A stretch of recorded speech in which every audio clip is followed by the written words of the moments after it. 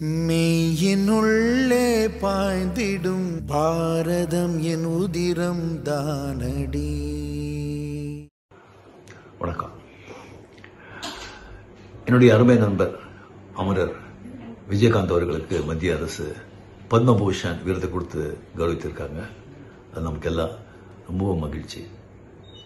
அது மட்டும் இல்லாமல் இந்திய நாட்டின் பத்மா அவார்ட்ஸ் 24 புத்தகத்தில் அவருடைய வரலாற்றை பதிவிட்டிருக்காங்க. அது அவருடைய பேருக்கு இன்னும் பெருமை சேர்க்கிறது. விஜயகாந்த் அவர் நம்ம கூட இல்லை அப்படிங்கிறது இன்னும் என்னால் ஏற்றுக்கவே முடியல. ஒரு டக்குன்னு தோன்றி பல சாதனைகளை செஞ்சு அப்படியே மறைஞ்சிட்டாங்க. இனிமேல் விஜயகாந்த் மாதிரி ஒருத்தரை பார்க்கவே முடியாது. அவங்கள நான் ரொம்ப மிஸ் பண்ணுறேன். ஸோ ஒரு முதலில் பிறந்த ஒரு மதுரை வீரன் நம்ம கேப்டன் விஜயகாந்த் அவர்கள். வணக்கம். என்னுடைய அருமை நண்பர் அமரர் விஜயகாந்த் அவர்களுக்கு மத்திய அரசு பத்மபூஷன் விருது கொடுத்து கௌரவித்திருக்காங்க. அது நமக்கெல்லாம் ரொம்பவும் மகிழ்ச்சி. அது மட்டும் இல்லாமல் இந்திய நாட்டின் பத்மா அவார்ட்ஸ் 24 புத்தகத்தில் அவருடைய வரலாற்றை பதிவிட்டிருக்காங்க.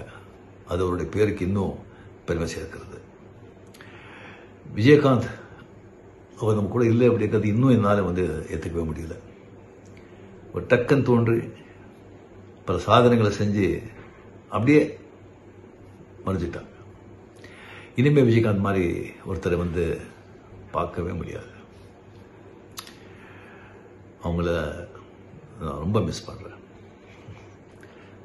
ஸோ ஒரு முதலில் பிறந்த ஒரு மதுரை வீரன் நம்ம கேப்டன் விஜயகாந்த் அவர்கள். அவர் நாமும் வாழ்க. நன்றி. மேலும் இது போன்ற வீடியோக்களை காண தேசியவாத நியூஸ் யூடியூப் சேனலை சப்ஸ்கிரைப் செய்யுங்கள்.